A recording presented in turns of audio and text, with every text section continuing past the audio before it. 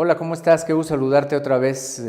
Hoy vamos a platicar contigo, digamos, en dos partes. La primera, hablar de este documento que fue presentado por la organización que encabeza Alejandro Martí de México SOS, en donde se ha planteado una agenda que ellos mismos denominaron como Agenda México 18.24, Seguridad y Justicia.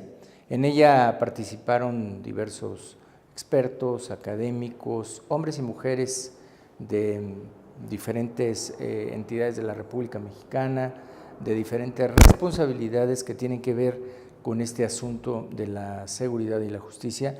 Y vamos a corroborar algunos de los puntos que hoy te voy a comentar, van a corroborar parte de lo que hemos venido platicando.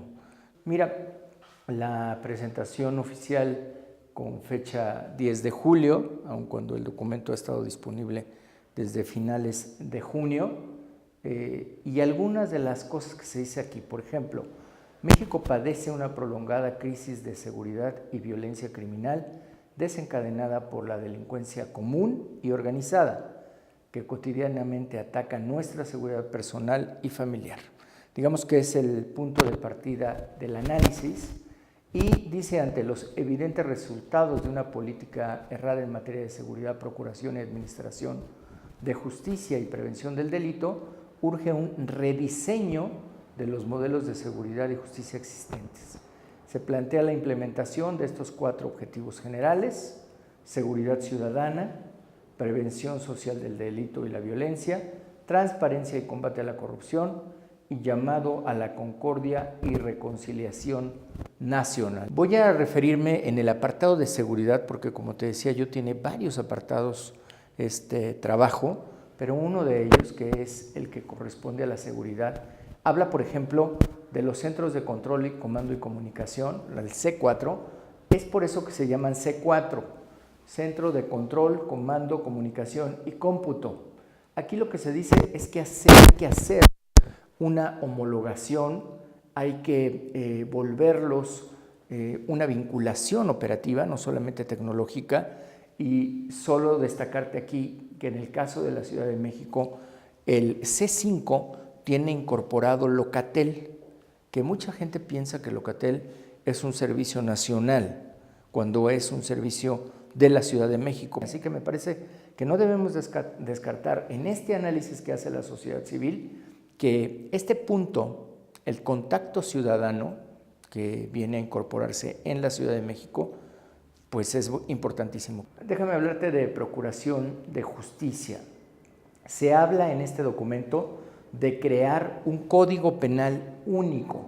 El derecho penal enfrenta una grave crisis derivada de incorporación de nuevos delitos y modificaciones a los existentes. El problema se ve agravado debido a la cuestionable práctica de crear tipos penales en leyes especiales, es decir, que se van dispersando y que van creando una tarea de confusión. Habíamos señalado ya nosotros que era muy importante homologar la parte de la autoría de participación, la parte de la tentativa, lo que tiene que ver con las sanciones penales, es decir, todo eso que es la parte dura del derecho penal, la parte que se llama parte general. Eso vale la pena tenerlo homologado, porque si acá se comete una tentativa, pero en otra entidad no es punible la tentativa, pues se queda impune ese hecho. Si aquí hay una forma de autoría que no esté reconocida por otro estado de la República, queda impune el hecho. Entonces, me parece que esta es una propuesta muy importante que se ha planteado de crear un código penal único. Es necesario iniciar un proceso de reordenación del derecho penal, revisar la legislación penal nacional, colocar parámetros para dar uniformidad a la legislación penal sustantiva, elaborar un código penal único y colocar reglas rígidas para reformas que pudieran venir después. Ahora, otro tema que se aborda en este documento de México SOS es el tema de la aportación de armas de uso exclusivo de las Fuerzas Armadas y Federales. Y mira lo que dicen: con la entrada en vigor del nuevo sistema de justicia penal del Código Nacional de Procedimientos, Se dejó de considerar como delito grave la aportación de armas de uso exclusivo de las Fuerzas Armadas. Esto ha incrementado, obviamente, la repercusión y se lleva a un incremento de la comisión de este tipo de delitos. Al no encontrarse en el catálogo de delitos de prisión preventiva oficiosa, el juez está en posibilidad de otorgar cualquier otro tipo de medida cautelar distinto a la prisión preventiva. Entonces, lo que están planteando aquí es que es necesario que se impulse una reforma a los artículos 19 constitucional y 167, donde se incluya dentro del catálogo que merece prisión preventiva oficiosa el de portación de armas de uso exclusivo del Ejército y las Fuerzas Armadas. Porque ahora vamos a ver cómo está este asunto de los detenidos con armas de fuego. Mira, te voy a platicar. 2013, 755 detenidos, después pasamos al 799, 1986 y 1300 en 2017, 1305 en lo que va de enero-junio. Estamos en 671, por lo cual apunta a que esta cifra va a ser muy similar en 2018, lo cual marca una escalada, misma escalada que la estamos viendo aquí cuando esto dejó de ser delito grave. Lo que antes tenías promedios diarios de 2 detenidos por portación de arma de fuego, ahora estás prácticamente llegando a 4 diarios con portación de arma de fuego. Entonces, sin duda es un tema muy importante, sin duda es un delito que se debe combatir de manera frontal. Déjame darte algunos datos. 524 personas detenidas por portación de arma de fuego, estamos hablando enero-junio, 524 personas detenidas por portación de arma de fuego. De estos, 272 fueron directamente a la PGR y 252 derivan de la comisión de otros delitos y que son, se llama desglosar, es decir, separar de ese delito la portación de arma de fuego para el conocimiento propio pues, de la autoridad federal, dado que es un delito federal la portación de arma de fuego. De estas 272 personas que fueron puestas a disposición de la PGR, 104 fueron objeto de aplicación del artículo 140 del Código Nacional de Procedimientos Penales. ¿Qué quiere decir? Que se les otorgó la libertad durante la investigación. Es decir, de las 272, 104 fueron puestas en libertad porque así dice el artículo 140, la libertad durante la investigación. En los casos de detención por flagrancia, cuando se trate de delitos que no merezcan prisión preventiva, como es este caso, el Ministerio Público determine que no solicitará prisión preventiva, podrá disponer de la libertad e imponerle una medida de protección en términos de este código. Es decir, 104 personas de inmediato obtuvieron la libertad en el propio Ministerio Público Federal, el 38% del total. Ahora bien, de la cifra inicial que te dimos de los 500 y tantos que recordarás, finalmente 308 personas se fueron a juicio. De estas 308 personas que se fueron a juicio, 141 fueron judicializadas en flagrancia, es decir, fueron detenidas con el arma de fuego y fueron llevadas a juicio por cometer este delito. Y 167 fueron judicializadas sin detenido, porque les habían dado la libertad previamente, después fueron llevadas a juicio por el mismo desglose del que habíamos platicado, etc. Pero vale la pena recordar esta cifra: 308 personas en juicio, 141 judicializadas en flagrancia, 167 sin detenido. Ahora bien, mira, de estas 308 personas que se fueron a juicio, 274 se lograron vincular a proceso, es decir, llegar a la siguiente etapa. 34 ya fueron declaradas pues no objeto de judicialización mayor por encontrarse satisfechos los requisitos para obtener la libertad por falta de elementos. 34 personas aquí obtuvieron la libertad de estas 274 que se vincularon a proceso. De las 274, 238, el 86%, fueron puestas en libertad con medidas cautelares distintas a la prisión preventiva. Solamente 36 personas fueron sujetas a prisión preventiva. De los 274 personas vinculadas a proceso, solamente estas 36 fueron objeto de prisión preventiva. Entonces, ¿qué tienes? Mira, de 524 detenidos con armas de fuego, 308 fueron judicializadas. Aquí ya te das cuenta pues, de esta disminución grande. Y de estas 308, solamente 36 llegaron a prisión preventiva. Esa es una de las problemáticas que tenemos y obviamente pues se vuelve un delito que tiene un bajísimo costo para las personas en su comisión. Bien, referirte que del armamento que se ha asegurado en 2018, los datos que se tienen es 434 armas cortas, 32 armas largas, 258 cargadores y más de 10,000 cartuchos. Es decir, sí es un problema, sí es un tema que me parece que si estamos hablando de prácticamente pues medio año, tener estas cifras, más de 434 armas, solamente armas cortas y 32 armas largas aseguradas, es una cifra importante. Bien, ahora déjame platicarte algunos casos de la vida real, de los casos que se están presentando por los delitos de robo, que es la otra parte que hemos venido platicando. ¿Qué está sucediendo?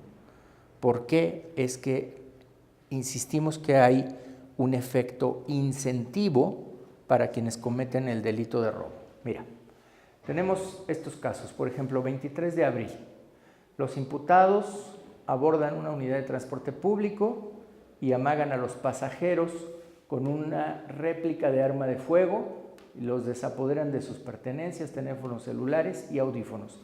Eso sucedió en abril 2018. ¿Qué sucedió? Se negó la prisión preventiva porque se trata de un arma réplica. Se solicita nuevamente, el juez señala que se ha cerrado el debate. Bueno, esto es algo técnico, pero se negó la prisión preventiva. ¿Por qué? Porque se subieron a asaltar con un arma réplica. ¿Quién se va a poner a revisar si es un arma réplica o no es un arma réplica? Lo que puedes tener como resultado es que está en libertad. La persona que fue detenida está en libertad, no obstante que está vinculado por robo agravado, pero pues no se impuso ninguna medida cautelar. Hay 2 meses para la investigación complementaria. Todo esto en libertad. Primer asunto. Segundo, estamos hablando de mayo 2018. El denunciante regresa a su vivienda, la puerta está semiabierta. Hay una persona que saca un picayelo, que amaga, ella grita, pide ayuda, llega la policía. Y bueno, pues finalmente le encuentran el picayelo y un teléfono celular, etc. Aquí no se autorizó la prisión preventiva porque se considera que la víctima no corre riesgo, pues el imputado entró a la vivienda sin que hubiera alguien en la casa. Cuando lo descubrieron estaba escondido, lo que significa que no tenía la intención de lesionar. No hay violencia moral. Resultado de esta persona que fue sorprendida cuando estaba en la vivienda de la mujer que lo encontró, está en libertad. ¿Qué fue lo que le impusieron como medida cautelar? No acercarse a la víctima, con apercibimiento de arresto por 36 horas. La verdad, nos parece que es una reacción muy menor para un caso en que alguien se mete a una casa. 12 de junio, 3 personas, una de ellas es detenida, se suben a asaltar a un autobús de la ruta 119, roban pertenencias, intentan evadirse y finalmente solicitan apoyo de la Secretaría de Seguridad Pública, quienes lo detienen. Como una de estas personas resultó lesionada, fue puesto a disposición de se llevó a un hospital, entonces no calificaron delegar la detención porque no se puso a disposición del tribunal el imputado, porque no fue posible realizar el traslado, es decir, una serie de cosas técnicas que finalmente llevaron a que esta persona también esté en libertad. Estás hablando de un asalto al transporte público en donde pues el daño social es importante, es muy importante, pero la consecuencia es que está en libertad. Aquí tienes otro caso de junio, donde se amaga con arma réplica a las víctimas en Tláhuac. Es denunciado, detenido, lo presenta Seguridad Pública, pero el juez considera que la violencia no se da, ya que la resistencia de la víctima no fue a través de violencia. O sea, cuando lo amenazó, simplemente pues le dio sus objetos. Se considera que la víctima forcejeó y por tanto no hay violencia moral, es decir, hubo resistencia. Se vincula al proceso y se le dice que se presente cada 15 días. El resultado está en libertad también. El que sigue, 16 de junio, el denunciante va en la vía pública, un sujeto lo amaga con un arma de fuego, le quita su teléfono celular, dinero efectivo, dan aviso a la policía, lo persigue, lo detiene. La medida cautelar es negada porque no obra en ninguna constancia que establezca que se trataba de un arma de fuego ni que el sujeto la haya utilizado. Resultado, está en libertad también. 18 de junio, hay un sujeto que entra a una veterinaria, amaga con una réplica de arma de fuego, se apodera de teléfonos celulares de las víctimas, se activa botón de pánico, la policía lo ubica, lo detiene. La prisión preventiva es rechazada porque se considera que el instrumento consistente en réplica de arma de fuego no fue para causar daño o lesión a las víctimas, mismo criterio, y bueno, pues no hay ninguna medida cautelar, en libertad también. Robo a negocio, estamos hablando del 19 de junio, 2 sujetos entran a una tienda, amagan con un cuchillo, se acercan al área de cajas, piden que abra la caja, toma efectivo, etc. El juez considera que el arma cuchillo no está previsto en la Ley Federal de Armas de Fuego. Resultado en libertad, solamente presentación quincenal y que no se acerque ni a las víctimas ni al lugar. Ahí lo tienes, esto es, y ahora, ¿qué tenemos como resumen?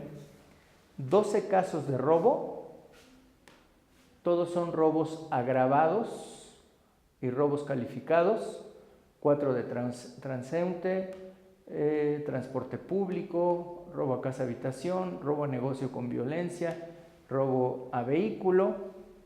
De los 12 casos, 13 detenidos, 12 están en libertad, solamente 1 prisión preventiva. Esto es de lo que te hablamos. Es con lo que difícilmente podemos generar una consecuencia distinta o una percepción distinta si nosotros seguimos en este camino. Es una clarísima puerta giratoria. Estoy convencido que le resulta más caro al Estado iniciar todo este proceso para llegar a este resultado, porque además no está siendo efectivo, hasta este momento. Hay que hacer los ajustes. Nosotros felicitamos a Alejandro Martí, a México SOS, por estos puntos que han colocado en la agenda de debate nacional y que seguramente serán importantísimos para todo lo que venga. Muchas gracias por acompañarnos una vez más.